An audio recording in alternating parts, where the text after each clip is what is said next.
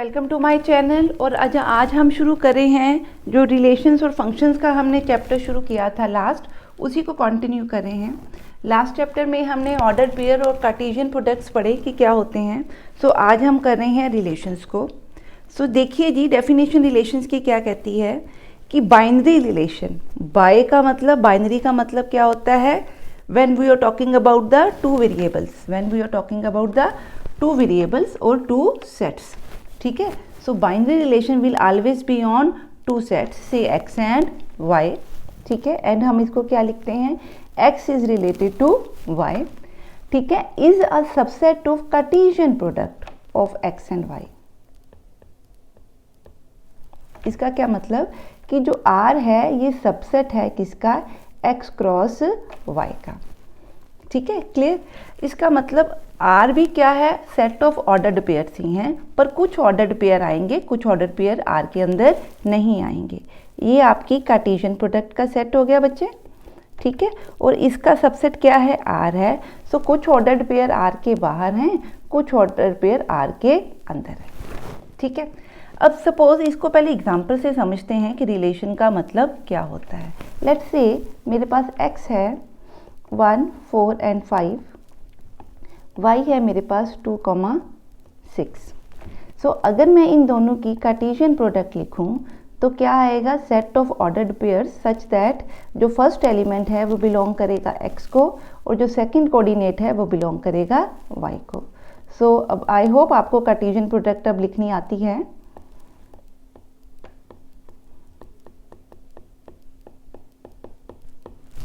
ठीक है।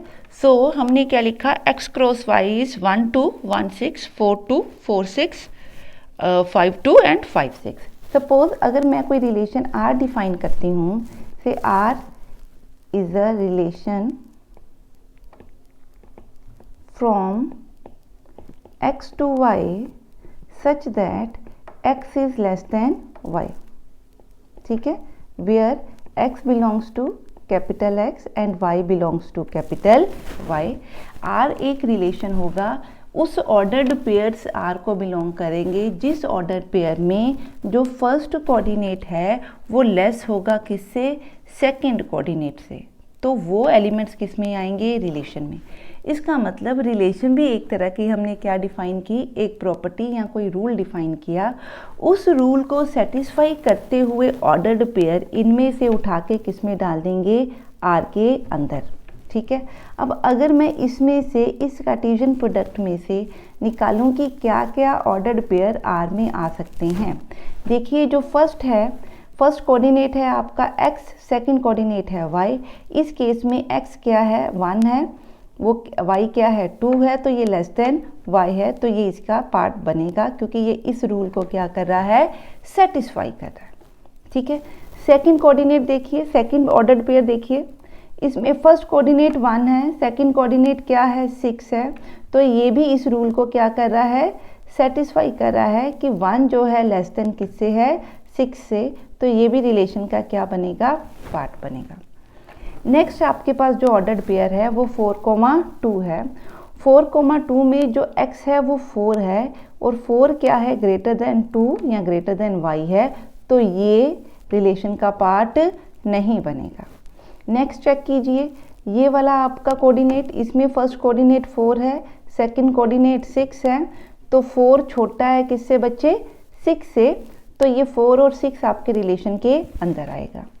Next 5 and 2 है, तो 5 क्या है, इट इज़ ग्रेटर देन 2, तो ये भी रिलेशन का पार्ट नहीं बनेगा। यहाँ पे क्या है, 5 इज़ लेस देन 6, तो ये रिलेशन का पार्ट बनेगा। सो आपके रिलेशन में कितने ऑर्डर्ड पेयर आए, 1, 2, 3 एंड 4। सो रिलेशन में आपके 4 आए आंसर, किसमें से एलिमेंट्स आ रहे हैं, x क्रॉस y में से। सो दिस इज़ योर रिलेशन, ठीक है। अगर इसी तरह मैं एक और रिलेशन डिफाइन करूं, say R1 is a relation from x to y where x, y both क्या हैं, इवन नंबर्स हैं, ठीक है। तो इस तरह के रिलेशन में R1 में बच्चे क्या आएगा, ये नहीं आएगा, ये भी नहीं आएगा, क्या आएगा, 4, 2, और क्या आएगा 4,6, ठीक है, और कोई भी ऑर्डर्ड पेयर इसका पार्ट नहीं बनेगा। सो R1 में क्या बना 4,2, 4,6, क्योंकि ये दोनों क्या है इवन नंबर्स हैं। बाकियों में एक इवन नंबर नज़र आ रहा है, दूसरा इवन नंबर नहीं है। ठीक है जी, क्लियर है। So this is how we will define a relation. Is it clear? हाँ जी, नेक्स्ट देखते हैं। Suppose R is a relation from A to B, ठीक है, such that A B belongs to R का क्या मतलब कि ये ऑर्डर पेयर इस रिलेशन को बिलोंग कर रहा है। अगर ये ए बी इस रिलेशन को बिलोंग कर रहा है तो रिलेशन जो भी डिफाइंड है, डिफाइंड का मतलब जो भी आपने लिखा है कि R क्या है, X क्या है, लेस देन Y है, X is a multiple of 2, what ever the relation is, तो वो इस रिलेशन को क्या कर रहे हैं, सेटिस्फाई कर रहे हैं। ठीक है, तो वो कह रहा है कि हमारे पास जो हमने निकालना है वो किस किस की डेफिनेशन बतानी है, डोमेन की, रेंज की एंड कोडोमेन की। मैं सपोज एक डायग्राम के थ्रू बच्चे आपको ये समझा रही हूँ। सपोज ये मेरे पास x है, ये मेरे पास y है, इसमें से हमने सिर्फ रिलेशंस के लिए कुछ वेरिएबल्स क्या किए, डिफाइन किए। ठीक है, सपोज ये 1 है, ये 2 है, ये 3 है, it is related to 4, it is related to 5, it is related to 1। ठीक है, रिलेशन दिया है x related to y such that small x is less than y। ठीक है, क्लियर। सो सिर्फ हमने वो वेरिएबल्स लेने हैं जिसमें x क्या है, लेस देन y। तो अगर मैं बच्चे x को 1, 2, 3 लिखूँ, y को लिखूँ 4, 5, 1, तो बच्चे देखो कौन कौन सा रिलेशन है। 1 इज़ रिलेटेड टू 4 क्योंकि 1 4 से क्या है, छोटा है। 1 इज़ रिलेटेड टू 5 क्योंकि 1 5 से क्या है, छोटा है। इसी तरह 2 इज़ रिलेटेड टू 4 क्योंकि 2 4 से क्या है, छोटा है। 2 इज़ रिलेटेड टू 5 क्योंकि 2 5 से भी क्या है, छोटा है। इसी तरह 3 is related to 4 and 3 is related to 5, पर इससे कोई भी रिलेटेड नहीं है क्योंकि इन तीनों में से कोई भी 1 से छोटा नहीं है। ठीक है, इस केस में वो कहता है यहाँ से जो एलिमेंट्स लिए वो A हैं, यहाँ से जो एलिमेंट्स आपने चाहिए वो क्या है, B है। ठीक है, अब वो कहता है डोमेन क्या होती है। डोमेन क्या है, the first set of first coordinates is called a domain of R। R relation में क्या आ रहा है, R रिलेशन में फर्स्ट कोऑर्डिनेट में क्या आ रहे हैं, A क्या बन रहा है 1, 2, 3।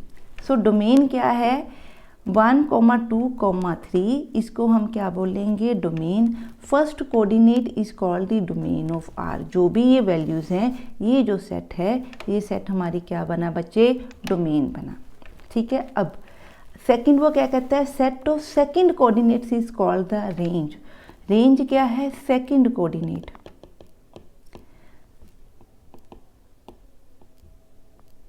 सेकंड कोऑर्डिनेट क्या बन रहा है 4, 5। 1 नहीं आ रहा कोऑर्डिनेट के अंदर क्योंकि 1 जो है वो इस रिलेशन को सेटिस्फाई नहीं कर रहा। सो सेकंड कोऑर्डिनेट हमारे पास क्या बना 4, 5। तो ये मेरी क्या बच्चे बन गई, range. Set B is the codomain. जहाँ से आपकी रेंज आ रही है वो पूरा सेट, चाहे उसमें से कुछ इंक्लूड हुआ है, यहाँ कुछ इंक्लूड रेंज में नहीं हुआ, इस पूरे सेट को जिसमें से आप सेकंड कोऑर्डिनेट ले रहे हो, उस सेकंड कोऑर्डिनेट वाले सेट को याद रखिए, उस सेकंड कोऑर्डिनेट वाले सेट को हम क्या बोलते हैं, कोडोमेन बोलते हैं। ठीक है, क्लियर है। सो अगर इसको हम किसी एग्जाम्पल से करना शुरू करें तो वो भी देखते हैं कि कैसे करेंगे। Let's take one example. Suppose मेरे पास सेट A है, 1 मिनट प्लीज़। हाँ जी, लेट्स से A है मेरे पास 4, 6 एंड 2 और B है मेरे पास 16, 36 एंड 4 एंड 5। ठीक है, क्लियर है। तो मैं क्या ले रही हूँ, मैं रिलेशन ले रही हूँ R is a relation from A to B such that A² is equal to B। मैंने वो रिलेशन लेनी है जहाँ पे जो ए स्क्वायर है वो किसके इक्वल है, बी के इक्वल। अब देखो ए का स्क्वायर है क्या क्या, 4 का स्क्वायर क्या है 16, 6 का स्क्वायर क्या है 36, 2 का स्क्वायर क्या है 4। ठीक है, 16, 36 एंड 4 बन रहा है। तो इसका मतलब कौन कौन रिलेटेड है, 4 एंड 16 रिलेटेड है, 6 एंड 36 रिलेटेड है, 2 एंड 4 रिलेटेड है। इसका मतलब मेरे पास क्या क्या रिलेटेड है, आर में क्या आएगा 4,16 फर्स्ट कोऑर्डिनेट यहाँ से, सेकंड कोऑर्डिनेट यहाँ से, कॉमा 6,36 फर्स्ट कोऑर्डिनेट यहाँ से, सेकंड कोऑर्डिनेट यहाँ से, कॉमा 2,4 फर्स्ट कोऑर्डिनेट यहाँ से, सेकंड कोऑर्डिनेट यहाँ से। सो डोमेन क्या होती है, set of first coordinates. First coordinates क्या हैं 4, 6 एंड 2 हैं। सो डोमेन में मेरे पास बना 2, 4 एंड 6। अब रेंज क्या होती है, set of second coordinate. Second coordinate क्या बन रहे हैं 16, 36 एंड 4, 16, 36 एंड 4। देखिए सेकंड कोऑर्डिनेट में क्या क्या आ रहा है, ये सिर्फ 3 आ रहे हैं 16, 36 एंड 4। और कोडोमेन हम क्या कहते हैं, सेट बी। सेट बी मतलब जहाँ से सेकंड कोऑर्डिनेट आ रहे हैं, सेकंड कोऑर्डिनेट किस सेट में से आ रहे हैं, बी में से। सो कोडोमेन में क्या आएंगे, सारे आएंगे, चाहे उसमें से कुछ रिलेटेड हो या नहीं। So this is how we will find the domain, range and codomain of a relation. हाँ जी, नेक्स्ट है जी आपका इनवर्स ऑफ अ रिलेशन क्या होता है। If R is a relation from a set A to a set P, then the inverse of R denoted by an inverse is a relation from B to A. इसका क्या मतलब, अगर मेरे पास are कोई relation है ए to be, तो are inverse क्या है, ये भी एक रिलेशन होगा, पर कैसे होगा, उल्टा, बी किससे रिलेटेड होगा, ए से। अब आर इनवर्स में बी कोमा ए पेयर आएंगे, ठीक है, आर इनवर्स में क्या आएंगे, बी कोमा ए पेयर आएंगे, तभी बी कोमा ए इसमें आएगा अगर ए इज रिलेटेड टू बी। ठीक है, यहाँ इसको क्या लिख सकते हैं, are inverse is itself a relation, इसको कुछ लिख सकते हैं, R1 का भी नाम दे सकते हैं। B is related to A such that A comma B किसको बिलोंग करते हैं, R रिलेशन को बिलोंग करते हैं।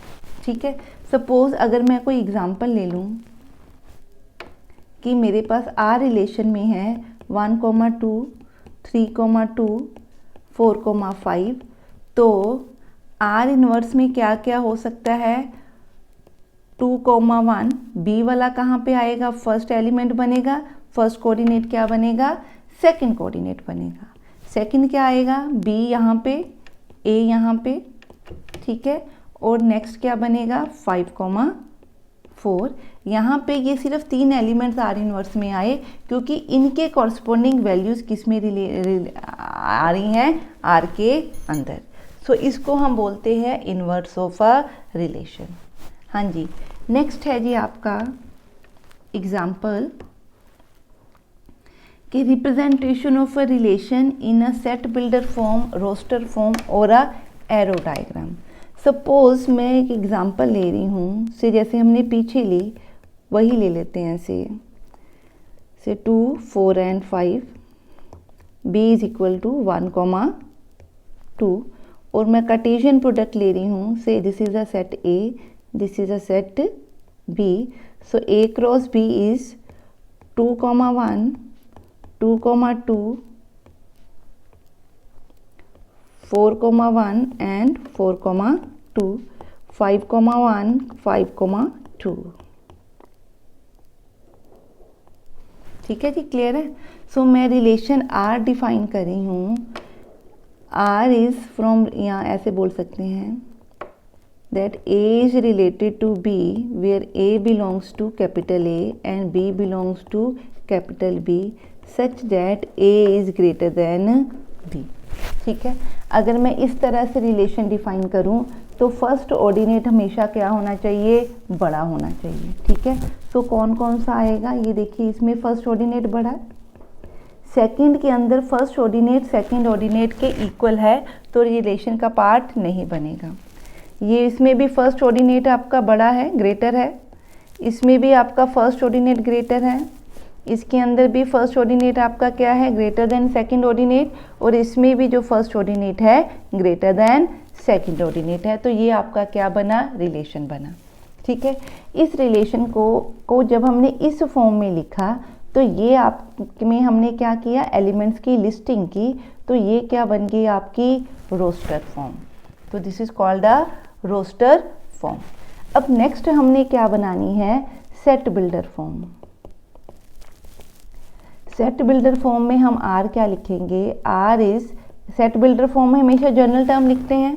सो जर्नल टर्म क्या है, ए कॉमा बी सच दैट जो ए है वो क्या है, ग्रेटर देन बी। ये इसकी प्रॉपर्टी है सेट की कि ए क्या है, ग्रेटर देन बी है, और ए जो है फर्स्ट कोऑर्डिनेट किसको बिलोंग करता है, सेट ए को, कैपिटल ए को, और सेकंड कोऑर्डिनेट किसको बिलोंग करता है, बी को।